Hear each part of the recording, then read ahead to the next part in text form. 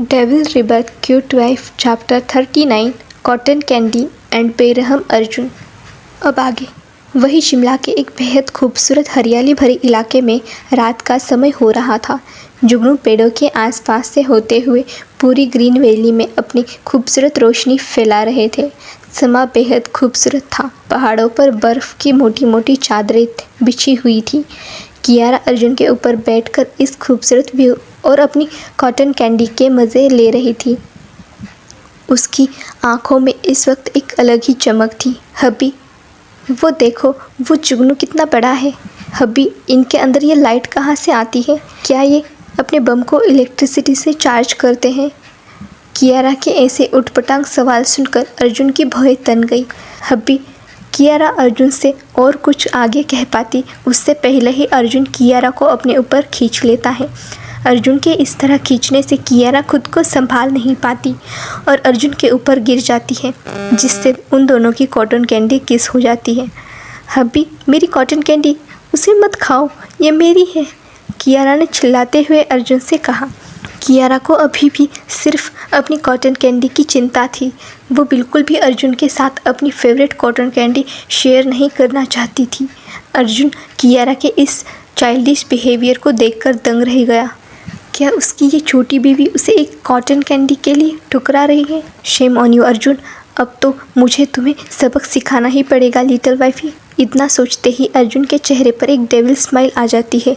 वो घूरकर कियारा को देखता है और फिर झटके से कियारा के हाथों से उसकी कॉटन कैंडी छीन लेता है और एक ही बार में वो उसे पूरा फिनिश कर देता है। कियारा दंग रह जाती है। कुछ देर तक तो उसे कुछ समझ ही नहीं आता और जब तक समझ आता है उस वक्त तक कियारा की डिलीशियस कॉटन कैंडी अर्जुन के पेट में होती है। आह!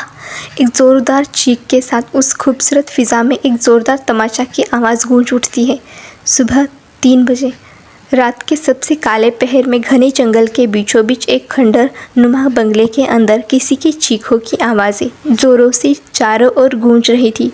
अंदर का माहौल रूह को कँपा देने वाला था।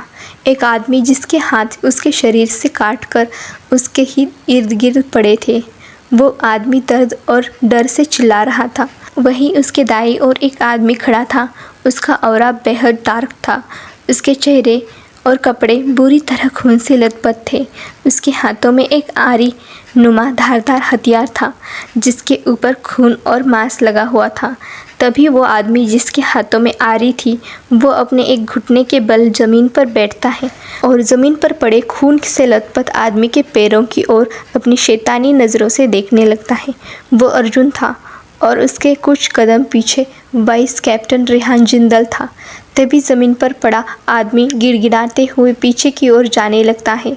मिस्टर बख्शी, मुझे माफ़ कर दीजिए, वो आदमी गिड़गिड़ाते हुए अर्जुन से कहता है। वही अर्जुन इस वक्त किसी राक्षस की तरह लग रहा था। उसकी अनगिनत रंगों वाली आँखों में इस वक्त जान लेने का जुनून साफ देखा जा सकता था। तभी अर्जुन के पास खड़ा रेहान जिंदल उस आदमी के पैरों को पकड़ लेता है। वही वो आदमी डर से तड़पने लगता है। उस आदमी की आंखों में दहशत साफ देखी जा सकती थी। आसपास बहुत से कमांडो इमोशनलेस होकर ये खूनी मंजर देख रहे थे। वाइस कैप्टन रेहान जिंदल उस आदमी के पैरों को मजबूती से पकड़ लेता है। उसके चेहरे पर इस वक्त एक शैतानी स्माइल थी। कमांडर अर्जुन बख्शी अपना एक हाथ ऊपर करता है और अपनी कोल्ड और रौबदार आवाज़ में ज़मीन पर पड़े उस आदमी से कहता है, goodbye mister Mehta. Mehta Shimla का गवर्नर है। देश के साथ गद्दारी कभी बर्दाश्त नहीं की जाएगी। ये मौत तुम्हें मरने के बाद भी ये याद रखने के लिए मजबूर करेगी कि तुमने किस मिट्टी पर अपनी ये गंदी नज़रें घेरी थी। इतना कहते ही अर्जुन बेरहमी से उस आदमी के पैरों को उसके शरीर से अलग कर देता है। दिल दहला देने वाली चीखों से खंडर गूंज उठता है। कमांडर अर्जुन बख्शी एक एक कर उस आदमी का हर एक अंग उसके शरीर से अलग कर देता है। कुछ देर बाद नितिन मेहता शिमला का गवर्नर का बिखरा हुआ शरीर रूम के हर हिस्से में पड़ा होता है। अर्जुन हेल्थ से जा चुका था। उसके चेहरे पर इस वक्त एक अलग ही किस्म का सुकून था, पर उसके कपड़ों और चेहरे को देखकर ऐसा लग रहा था जैसे वो अभी अभी नर्क से लौटा है। कुछ देर बाद कार एक खूबसूरत विला के अंदर एंटर करती है। वही कार के अंदर अर्जुन बैक सीट पर बैठा था। उसने अपनी आंखें बंद कर ली थी। तभी एक हेड बॉडीगार्ड आगे बढ़ता है और कार का डोर ओपन करता है। अर्जुन कार से बाहर आता है। सुबह के 5 बज रहे थे। वो सीधे अपने रूम की ओर बढ़ जाता है। रूम में एंटर करते ही उसकी सांसों में एक बेहद मीठी खुशबू उसके इर्द गिर्द घुलने लगती है। वही बेड पर कियारा सफ़ेद ब्लैंकेट के नीचे छुपी बैठी हुई थी।